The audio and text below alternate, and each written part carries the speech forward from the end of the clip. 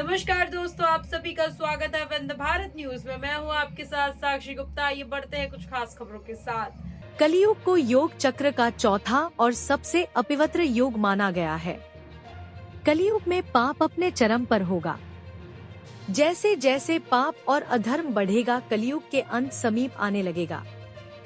पुराणों में बताया गया है कि कलियुग का अंत महाप्रलय से होगा।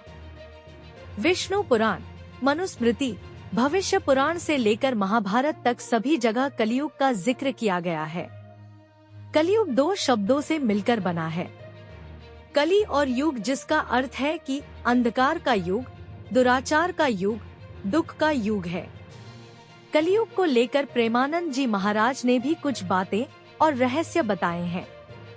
उन्होंने बताया है कि कलियुग में स्त्री, पुरुष और सन्यासियों का आचरण कैसा होगा। आइए जानते प्रेमानंद जी महाराज से कि कलियुग में कैसा होगा संसार में महाप्रलय। प्रेमानंद जी महाराज कहते हैं कि इसी जन्म में भगवत प्राप्ति की कामना रखें, अगले जन्म की मत सोचे। कलियुग में व्यक्ति की आयु 70-80 वर्ष की रह जाएगी। कलियुग जैसे जैसे आगे बढ़ेगा, फिर व्यक्ति की आयु 20-30 वर्ष ही रह जाएगी। कलियुग में घोर पाप आचरण का वातावरण होगा, अपवित्र सब व्यवहार होगा, इसलिए अभी भजन करना लाभकारी होगा। प्रेमानंद जी महाराज आगे बताते हैं कि जब भगवान सच्चिदानंद जब कल की अवतार धारण करेंगे और दुष्टों का संहार करते हैं, उस समय से सतयुग का आरंभ होगा। जब सब डाकुओं का संहार हो चुका होगा, तब नगर की और देश की सारी प्रजा का हृदय पवित्रता से भर जाएगा, क्योंकि भगवान कल्कि के शरीर में लगे हुए अंग राज स्पर्श पाकर पवित्र हुई वायु उनका स्पर्श करेंगी। भगवान की श्री विग्रह की दिव्य गंध संपूर्ण लोगों को निष्पाप कर देगी। उनके हृदय में भगवान वासुदेव वास करेंगे। इसके बाद पहले की तरह की सभी की संतान स्वस्थ और हष्ट पुष्ट और बलवान होने लगेगी।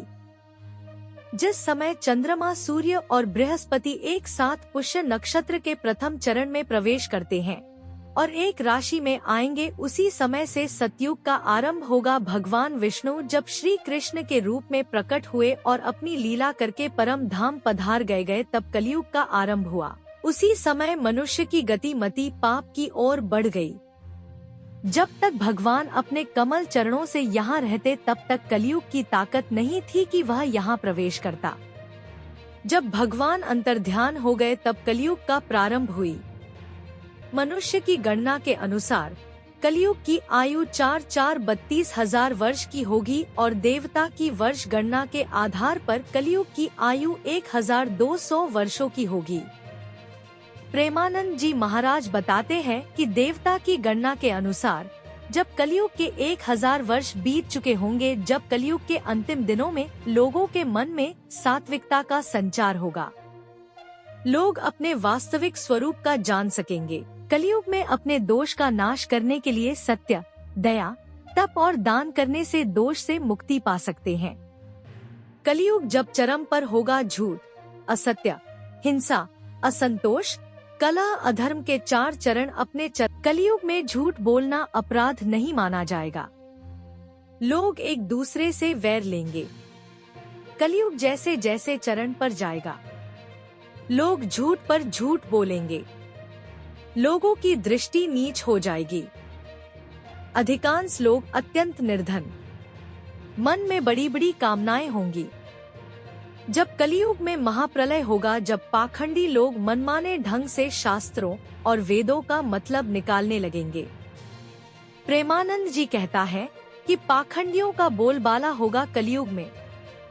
कलियुग जैसे जैसे चरम पर जाएगा, कोई भी व्यक्ति ब्रह्मचारी नहीं होगा, सभी अपवित्र होंगे। गृहस्थ जन दूसरों को दीक्षा देने के बदले स्वयं भीख मांगने लगेंगे। सन्यासी धन के लोभी होंगे और वही धनी होंगे। महाराज जी ने आगे कहा कि कलियुग अपने चरम पर जैसे जैसे जाएगा, स्त्रियों का आकार छोटा होने लगेगा, स्त्रियों को संतानें अधिक होने लगेंगी, महिलाएं अपवित्र आचरण करेंगी, महिलाओं का साहस बहुत बड़ा होगा। कलियुग में व्यापारी धोखाधड़ी करने लगेंगे। व्यापारी वर्ग के लोग जिन रास्तों को संत गलत बताएंगे उन्हीं रास्तों से धन कमाएंगे।